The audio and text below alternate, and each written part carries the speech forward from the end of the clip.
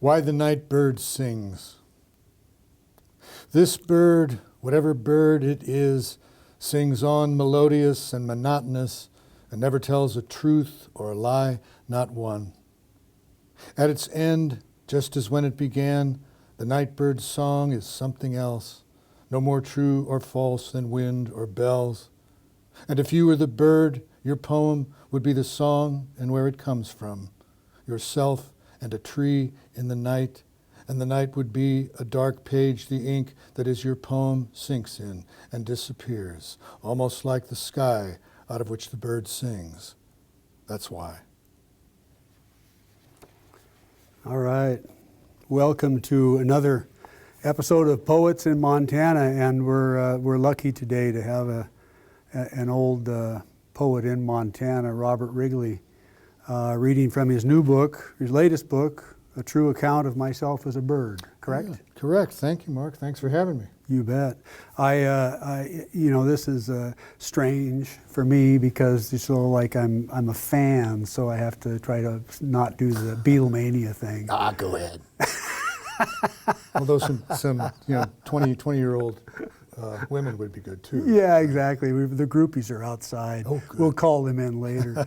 To begin with, I want to read this one little thing that's on the back of the new book. This one paragraph. It kind of says enough as an introduction, and then we'll begin chatting and listening to poems. The main thing I want to do is I want to hear a lot of poems because, as I said, I am kind of a fan. Over the course of his career, Robert Wrigley has won acclaim for the emotional toughness, sonic richness, and lucid style of his poems. In his new collection, Wrigley means to use poetry to capture the primal conversation between human beings and the perilously threatened planet on which they love and live. Proceeding from a line of Auden's, all we are not stares back at what we are. In language that is both elegiac and playful, declarative and yet ringingly musical, in traditional sonnets, quatrains, and free verse, Wrigley transcribes the consciousness and significance of singing things, and everything sings, even the stones, in order to sing back. Welcome. Thanks again for having me. Yeah. And I did notice, I went back through on my spot on the shelf for all my Wrigley books and started going back through things again. And, one of the things I noticed in reference to just that little intro there is it seems like you were mainly a free verse poet for a long time. And it's more in the last few years you've kind of gotten back into form. Would that be right? Or? Well, you're generally very correct, absolutely straight on. Moon in a Mason Jar has one poem that rhymes in it. That was my second book. My third book was called, what was my third book? Your Father. What My Father Believed, thank you. My third book was called What My Father Believed, and it had maybe a half a dozen poems that rhymed, but they were so slantedly rhymed and they were so camouflaged in their rhyme that I called them rhymed free verse, whatever that is. Yeah. And then I went away from it again for a while, but I've always stayed close to received forms and traditional forms, and probably for no other reason than I've always thought to myself, I can do that. Yeah. I think I can do that.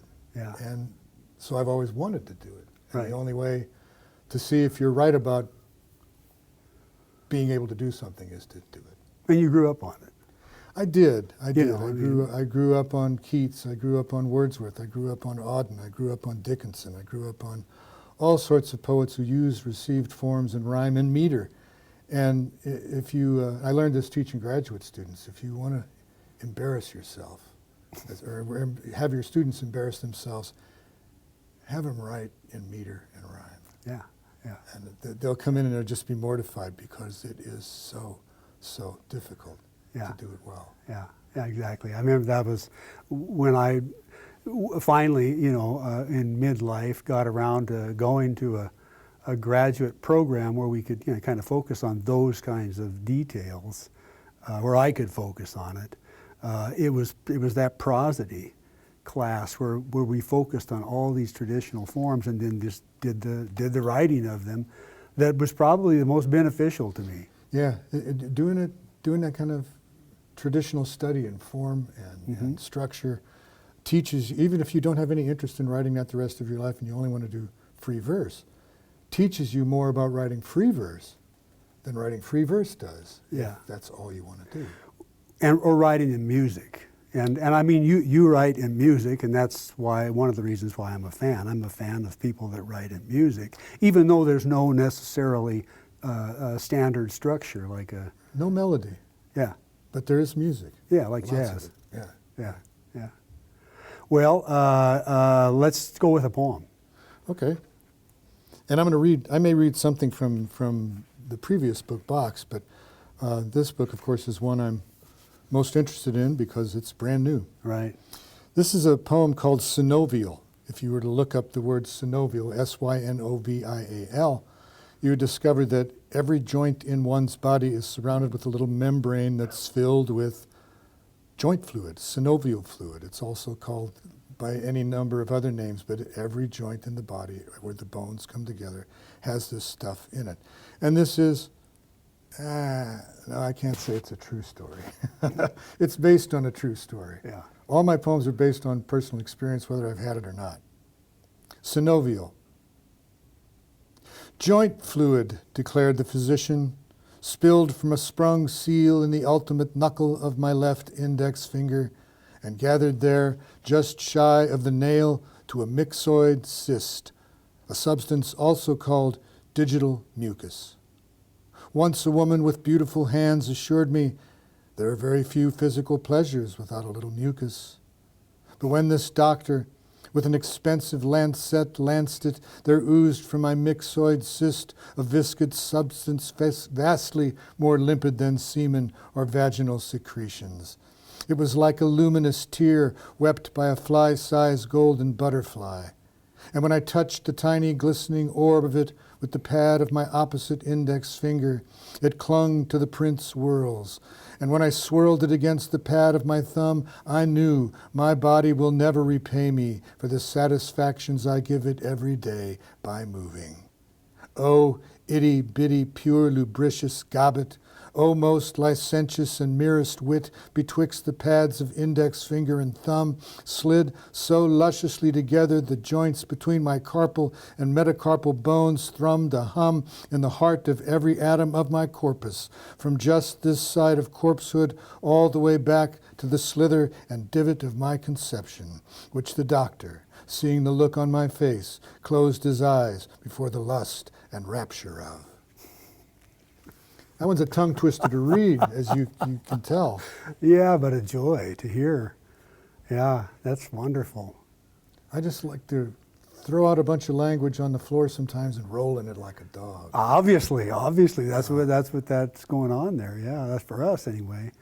And all the detail too. You try to pull all kinds of stuff in always. And I mean from all over the place. Right, you got to have a capacious mind. You got to read poetry as well as to write it. Mm-hmm. And there's always sex. Or the implication thereof. Yeah, exactly. There's a lot of that. And it doesn't necessarily, hold any higher register than other things, although we know that it holds a pretty high register in life. It does. It does. It keeps the species going. Yes, it does.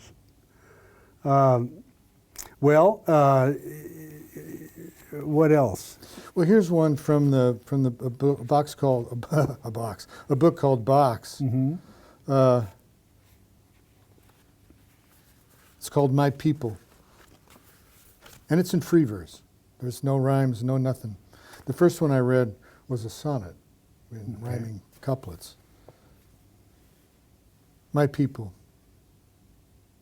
Not having any money never made them think badly of the moon's monthly vanishing. Besides, there was scientific expertise to be gleaned from beans and a slingshot squab, also gravy. Their driveways were paved with coal stove clinkers. An outhouse forgave all sins without confession. Any star that shone in the morning was a blessing upon them.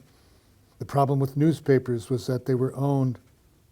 Coal dust seeded their lungs with the nights they would not live to see. Train whistles moaned, kindly and beneficent. Elsewhere was another myth they did not believe. Bent as he became, my grandfather found 1,000 quarters and purchased 1,000 beers therewith. He was 30 when he married my grandmother, who was not quite 16 and loved his graceful way on the dance floor. My father almost finished 5th grade and half a century later built a grandfather clock. Rumor always had it that there was a picture somewhere of the person they called Old Man Wrigley, gum magnate and millionaire. He sat right there with them in the old, unplumbed, foundationless, immaculate house. No one ever found the picture, but still they believed the old man was the relative he was claimed to have been. Socialists and anarchists mostly, they disapproved of Democrats but despised Republicans. The few who became cops were forgiven. Several died in wars. Their graves are scattered all over Bluff Hill Cemetery, sometimes a husband and wife with a stranger or even two between them. They would not know what to make of this work I do, which would not seem to them like work at all. 3 years ago, I rolled my father's wheelchair to the grave of his namesake uncle, Great Uncle Arvil, 92, with Parkinson's. My father didn't say much, but said, as he always said, "Shit, I hate that name." Nice. You write about, you write about the same sort of class issues, the same sort Well, of and family stuff that usually triggers. I mean, how much of that was real? My father had Parkinson's. I did take him to the cemetery, mostly to see other graves, but my mom was along and she knew where Great Uncle Arvil's grave was, I guess. It seems like that's how we were there, but yeah. And some of the stuff, and most of the stuff is true. My grandmother lived in a foundationless house with no running water, or one spigot, cold water spigot, no hot water, no Right. toilet, had an outhouse. Right. Right. And they were socialists and anarchists mostly, and they did disapprove of Democrats but despised Republicans. Yeah. A day after Election Day poem. Yeah. Yeah. Totally. Oh, yeah. And I mean, because we don't have a choice for a leftist in this country, really. Hardly even the center. No, exactly. We've moved so far to the right. We got to move left to get to the center. Yes. But anyway, who knows what happened yesterday for sure? But it could have been a lot worse. Could have been from a lot what worse. I can see. So. Yeah, and your father. I mean, I'm going back in time again. He's in a lot more of the older poems. He shows up a lot in your work. I think like every American man, or almost every American man, and probably almost every man worldwide, I had issues with my father. Most sons have issues with their father because they will see themselves in their fathers, or see themselves inevitably becoming their fathers, and at the same time think, I can do that. I don't want to be that. Yeah, right. I mean, and Right. it's dealing with that tension when you're a young man, particularly growing up, that I think fuels a lot of things like art, poetry, writing. Sure. This book is dedicated to my mother, who was the one who read books, who was the one who really gave me my love of words, Mm-hmm. and who has gotten sort of short shrift in the number of poems about her or to her. But in a way, she was never so problematic as my dad was for me. Right. So. Yeah. Yeah. Well, I mean, that's I can relate to all that. Was she a good storyteller? Yeah, they both were good. I mean, storytelling in my family was looked at as a kind of currency. I mean, if nothing else, you could tell a good story. You were worth having to the dinner table. Right. And my dad was an inveterate punner. He just loved to make puns. Mom was just a reader of books. She's still alive. She's 95 and a half years old. Last week I was with her in Illinois. All right. And she still lives on her own and drives, takes care of her own house. That's amazing. It is. I'd live that long if I thought I'd be like that. Yeah, people say, well, you got a chance to live that long yourself. I don't know.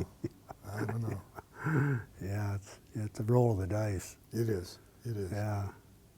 But I should have one in here about my mother, but I probably don't. But I got one, a short one that I'll read called Might Have Been July, Might Have Been December. 12 lines long. Yeah, yeah. More oblique the eagle's angle than the osprey's precipitous fall, though rose up both and under them dangled a trout, the point of it all. Festooned a limb on each one's favorite tree either side of the river, with chains of bone and lace of skin the river's wind made shiver. Sat under them both, one in December, one in July, in distinct seasonal air, and once arrived home, as I remember, with a thin white fish rib lodged in my hair. Nice. Great fun to write a compact little poem like Yeah, that. yeah, they are. And that's the. Could I ask you to read a few things too? Absolutely. I mean, I remember the first time. I became aware of you. I guess, as you mentioned earlier, you were in The Last Best Place, which was what, the late '80s. Yeah, I think so. Something like that. Yeah, and then I wound up moving. I was living over on the east side, and I wound up moving up onto the reservation to teach school up there at Ronan.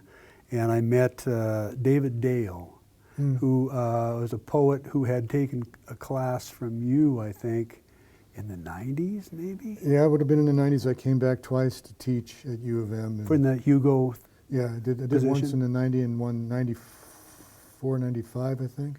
95, 96. Okay.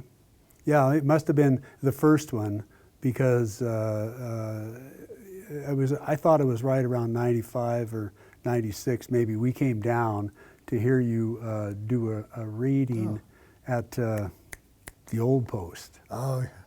The Old Post. It's still there, I guess. Yeah, it must have been maybe the Second Wind thing or something like that. And but anyway, and I remember this book, which came out, what, 95? Yep. Yeah. So you were reading from this, and of course you read this poem, and I like you. I don't know how old your children are. 45, 35, and 33. Okay, so I've got one that's 39 and 35. So Oh, yeah. that's a great. I love that poem. This is for my daughter, Jordan, who's 35 now. About language. Damn the rain anyway, she says, 3 years old, a hand planted on her hip, and another held up and out in the mimic of a gesture she knows too well. Adult exasperation, peevish, wild-eyed, and dangerous. But the mangy stuffed bunny belies it all, dangling by an ear, a lumpy flourish. And so again, I am warned about language. My wife, having just entered the room, aims a will you never learn look my way. And I'm counting myself lucky. She missed me, hands to the window, imploring the world, Jesus Christ, will you look at the fucking rain? And because this is Western Oregon, and the rain blows endlessly in from the sea, we let her out to play in the garage, where I peer balefully into the aged Volvo's gaping maw and try to force a frozen bolt that breaks, my knuckles mashed into the alternator's fins, bejeweling themselves with blood and grease. And what stops my rail against the Swedes, my invective against car salesmen, my string of obscenities concerning the obscenity of money, is less her softly singing presence there than my head slamming into the tired, sagging hood. I'm checking for blood when I feel her touch my leg. What tool is this, Daddy? She's asking, holding a pliers by the business end. Then, what tool is this? Channel locks. And this, standard screwdriver, spark plug socket, diagonals, crimper, clamp, ratchet, torque wrench, deep throw 12 millimeter socket, crescent, point gauge, black tape, rasp. But suddenly the rain's slap and spatter is drowned in the calling of geese, and I pick her up and rush out, pointing, headed for the pasture and the clearest view. And rising from the lake, through rain and the shambles of late morning fog, V after V of calling Canadas, ragged at first, then perfect and gray and gone in the distance. They keep coming, and pretty soon we're soaked, blinking, laughing, listening. I tell her, they're geese, they're honking, and she waves and says, honk, honk. She says, bye-bye, geese. She says, wow. She says, Jesus.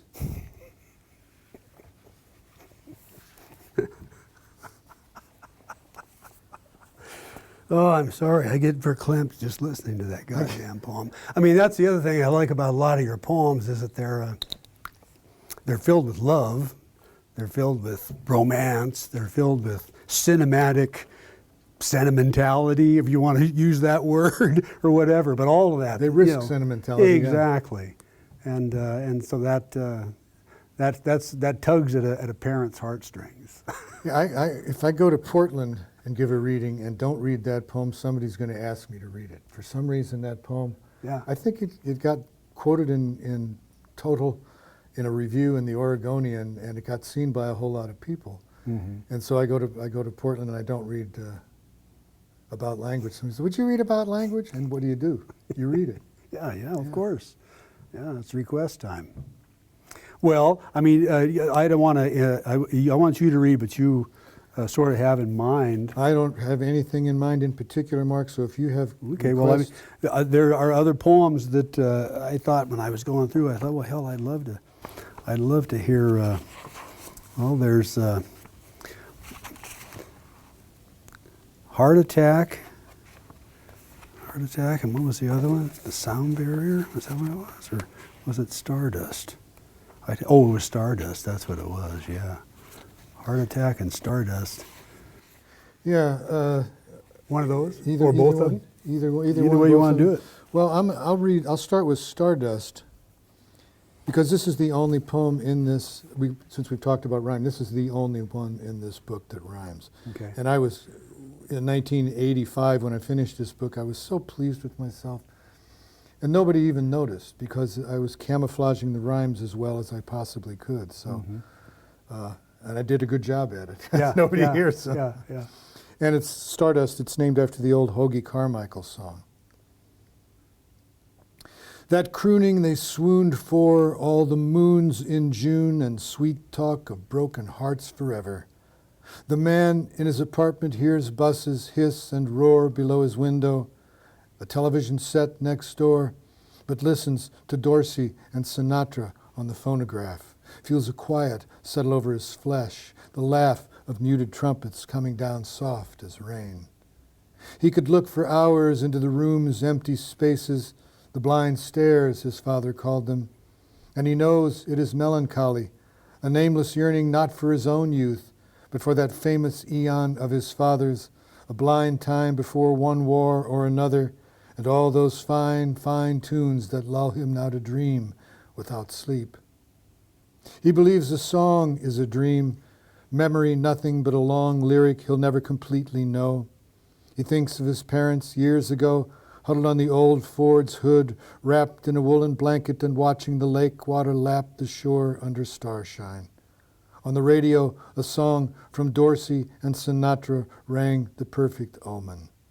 Tonight is what they could not know, when he would ache with his nothing, grow still below the weight of what is empty, all that any song will do. Like the star beaming outward past its death, the buses and the rain he loses track of, the music comes and goes, and he remembers again. Heart Attack.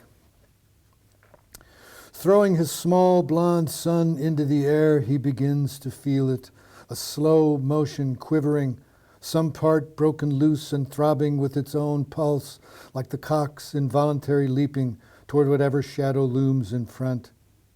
It is below his left shoulder blade, a blip regular as radar, and he thinks of wings and flight, his son's straight soar and fall out of and into his high-held hands. He is amused by the quick change on the boy's little face, from the joy of release and catch to the near terror at apex. It is the same with every throw, and every throw comes without his knowing, nor his son's. Again and again the rise and fall like breathing, again the joy and fear, squeal and laughter, until the world becomes a swarm of shapes around him, and his arms go leaden and prickled, and he knows the sound is no longer laughter, but wheezing.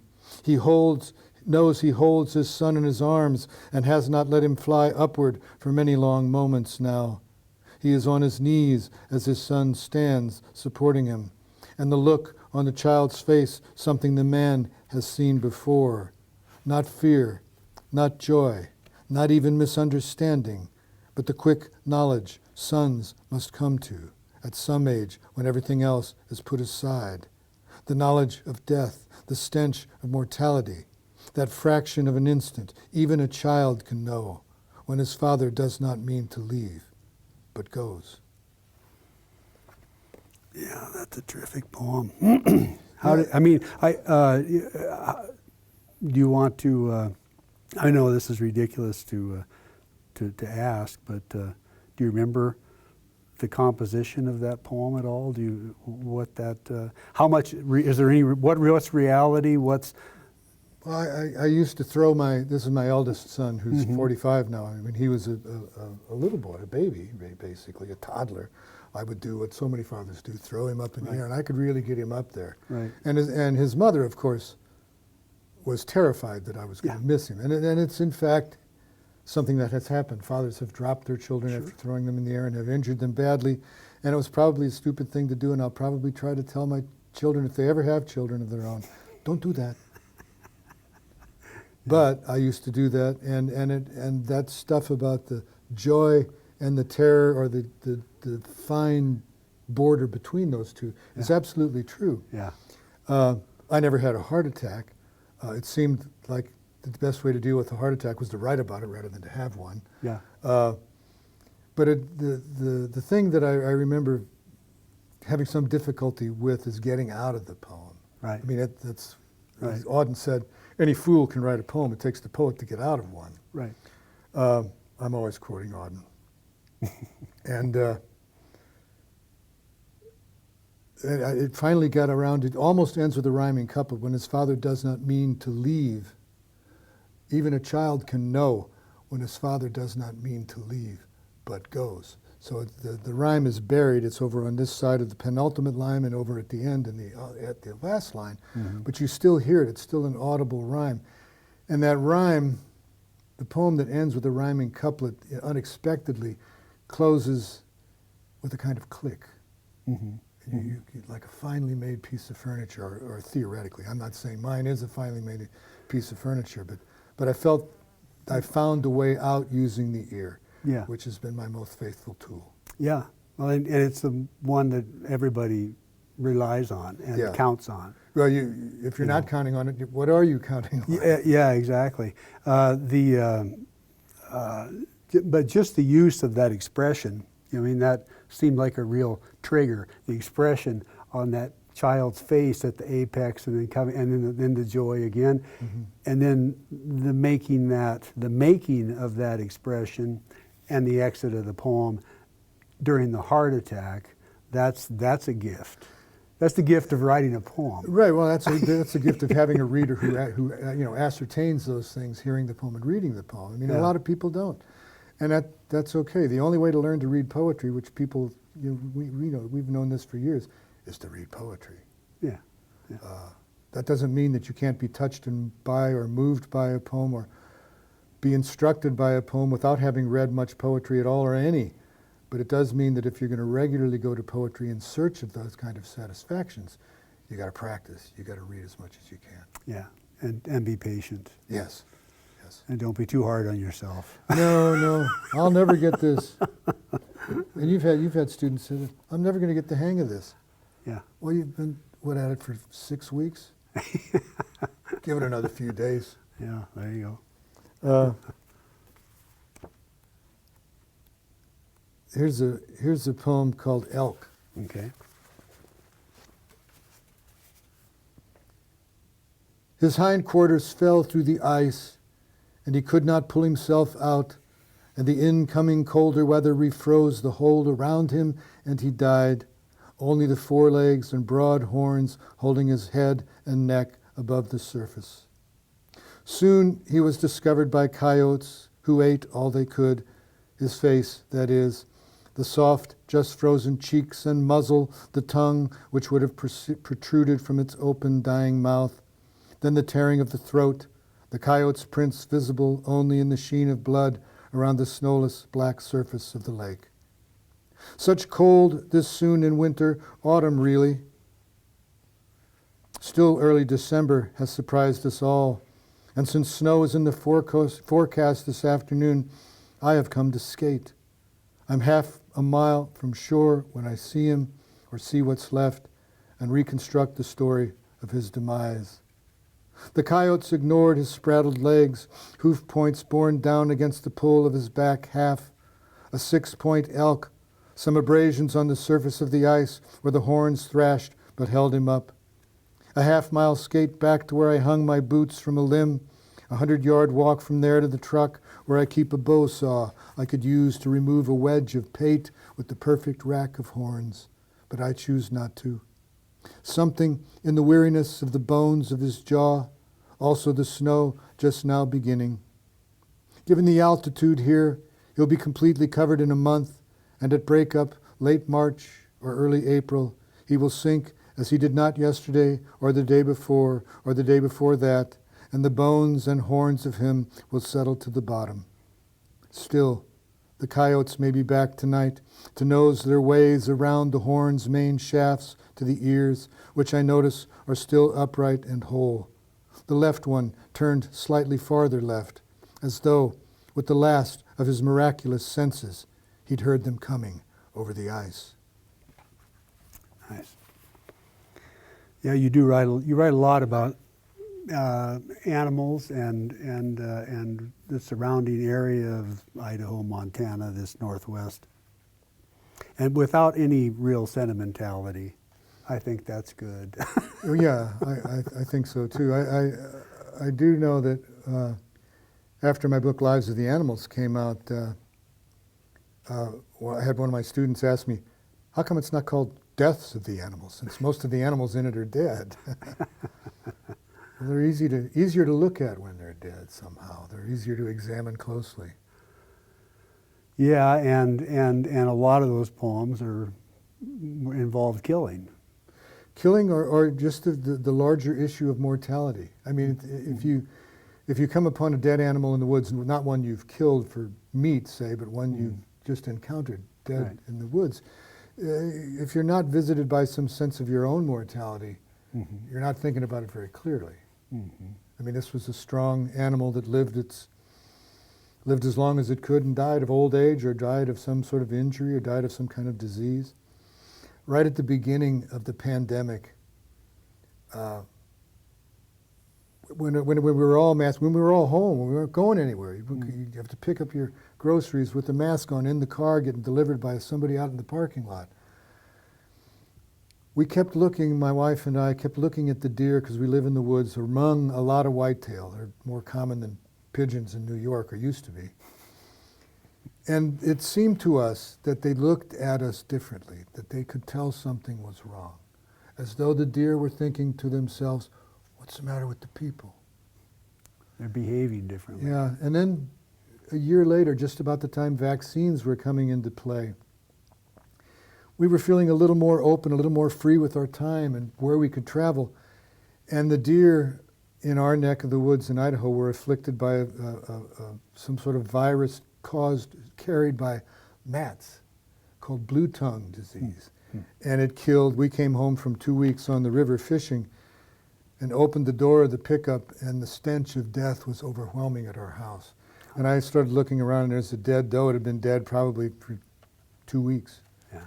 And it was the height of Bloat. yeah, well, it was just, there was a puddle of maggots 5 inches deep around. Yeah. I mean, it was horrifying.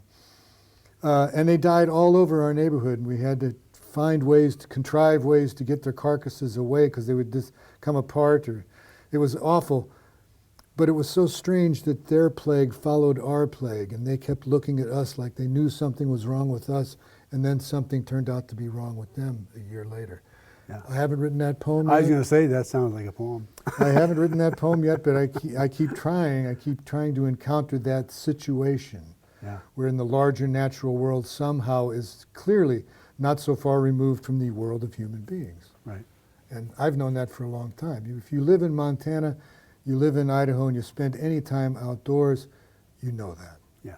And that's kind of been one of the things I've written about most of my life. Right.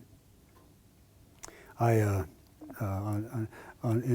regard to white-tailed deer, I had to move recently within the last 3 or 4 or 5 months, and now I'm living in a place that's kind of over off of Broadway and Russell.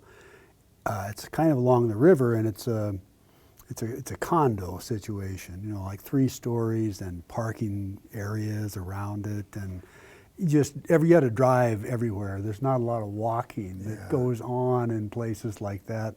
And so anyway, I'm coming back in yesterday, coming home, pulling into the parking spot, and there's this goddamn white-tailed buck that is nestled down between the sidewalk in front of the bottom of this condo and then the curbs where you pull in to park.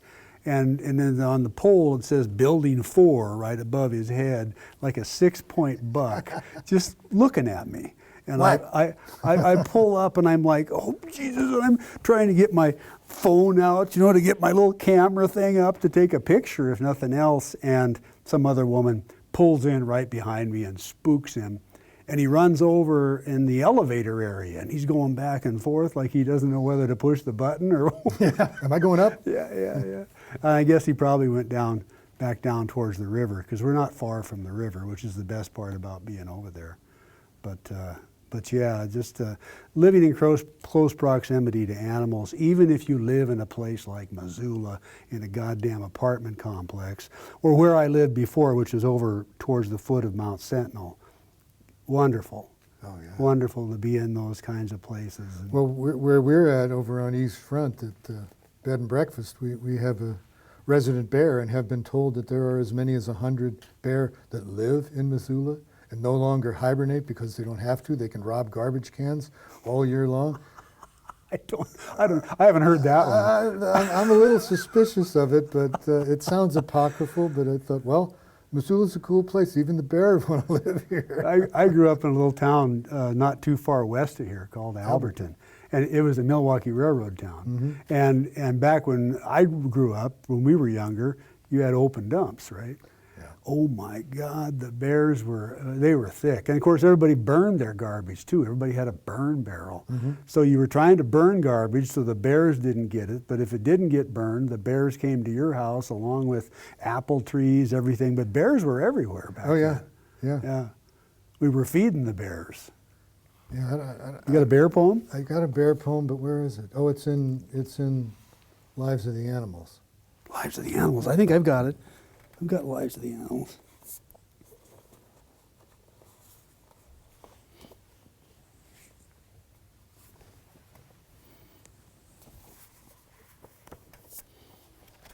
Finding the poem, even though I know what it's called.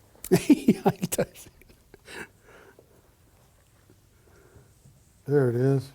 It's called Bear Dreams. Good title.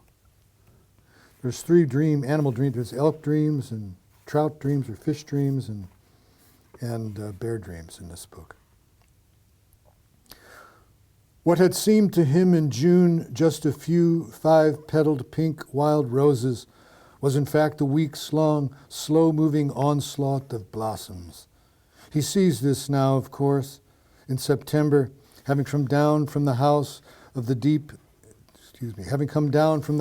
the edge of the deep undergrowth outside his fence that keeps his dogs inside, fence the young bear has pushed against just minutes ago, paws resting on the steel diamond links as it had looked towards something the man couldn't see inside the yard. At the very click of the back door's latch, the bear bolted away, looked back once from the narrow gravel road and was gone. Beside the man, the dogs pant and wait, and there is nothing else in the world but the song of a bird he wonders at but will not seek out, neither in the branches of trees nor the leaves and plates of the field guide, preferring to portrait or flight the sourceless singing, wanting less to know or unknow some words than their meanings. The way rose suddenly means the bare skin of a girl 10 billion blossoms ago, who'd undressed him and let him look and only look and look at her looking back. He'd wanted to see the whole soft machine of her, all the cogs and stigmata. She wanted to see him seeing. And that is what he remembers now, just the half-gone image of his seeing, not what he saw, though now a twig dangles broken from the bear's going away. And he sees how a cool autumn wind sets the whole sprawling rose bush nodding, and he knows the rose does not love the bear or the birds or any man, not even the early bees that bob inside and pollinate its flowers. What a perfect 5-petaled plucked roulette a wild rose is. Started right, she could never not love me. And though he knows his opulence of hips, this abundance of fruit and seed could likely lure another braver bear who take the fence and feast to its fill, which in a bear is almost never. He also knows that in the long winter sleep that's coming, a bear too, even the fullest, most sadist of bears, will dream and see as it could not in the midst of its feasting, all that is no longer there, those seeds of another hunger. Nice. That poem turns out to be, I just realized it as I read it, because I don't think I've ever read that poem aloud. Huh. I mean, it's kind of an elegy for youth. It's kind of an elegy for that moment when you're between the speaker and the memory of this young girl who's talked him into taking off his clothes so she can look, so he can watch her looking, which is a strange turnabout. Where that came from, I have no idea. That's a complete fiction. Everyone should know that. But it's all about watching and It looking. is. Watching. Voyeurism, even in the dreams. That's what dreams are in a way, right? I mean, Oh, yeah. it's the observer. The observer. I mean, Billy Collins is a flaneur. I mean, the guy who walks around and sees things and writes about what he sees. Right. And few people do it so well as him, or with such enormous facility and delicacy. But that's really all he does, and he just happens to do it at a level that most people don't. But that's what we all do. Yeah, right. Yeah, in various ways. Yeah. Anything else come to mind? Let's see. Yeah, there's plenty. Oh, I know. How about Gladys? Sure. This one's rhymed and metered, and takes, I think, an interesting dark turn at the end. Narrating night to the new puppy, Gladys.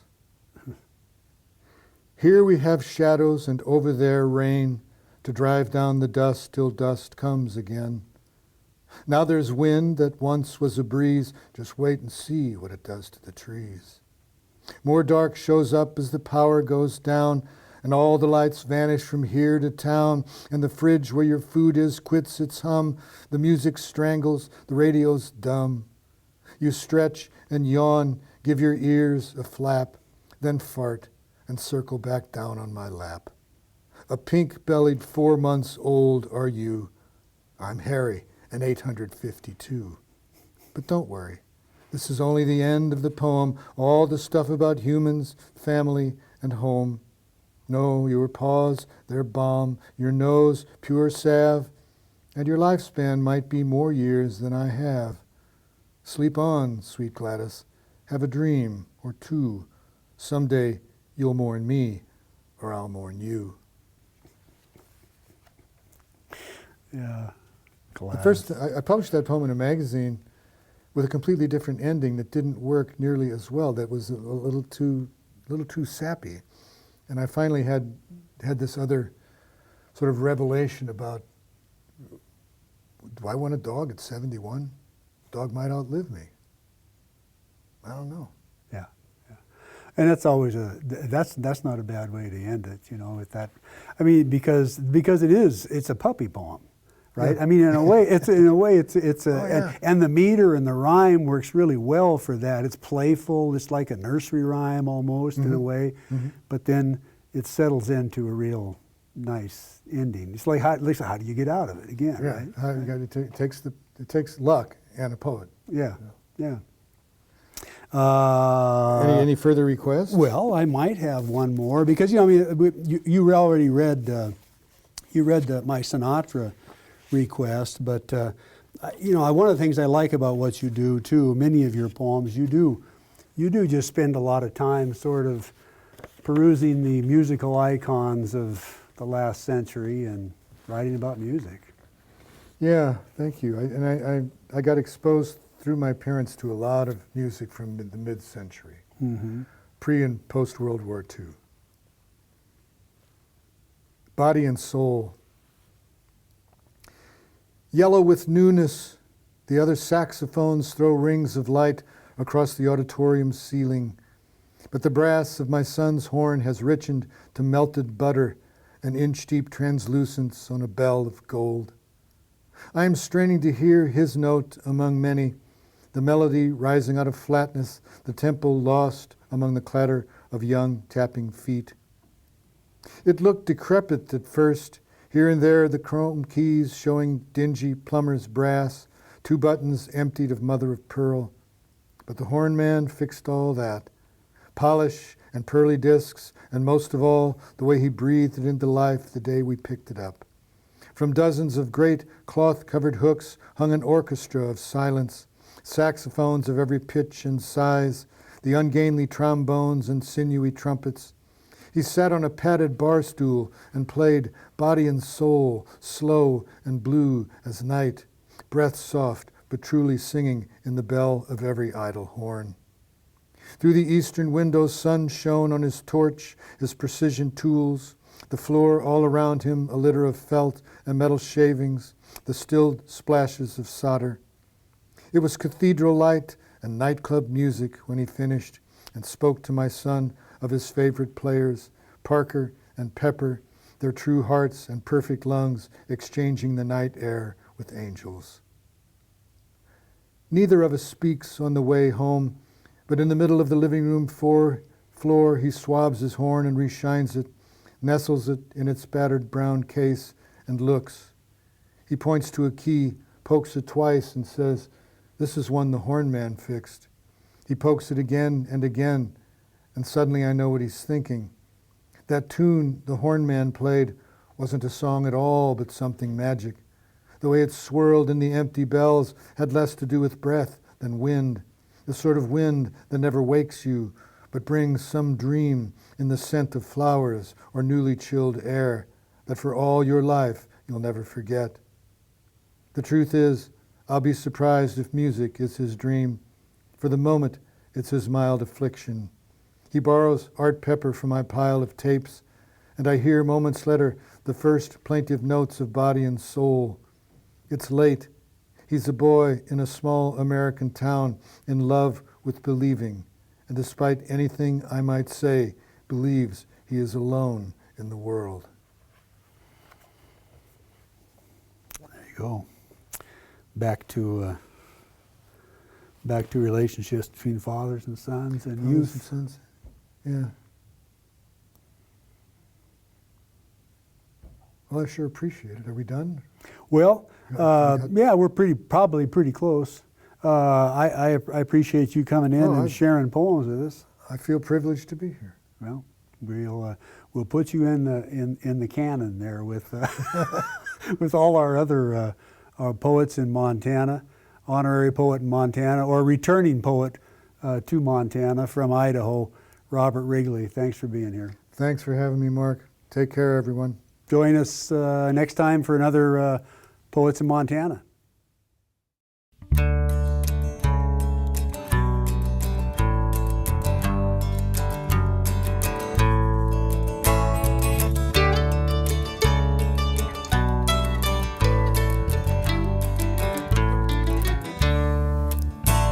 A lifetime filled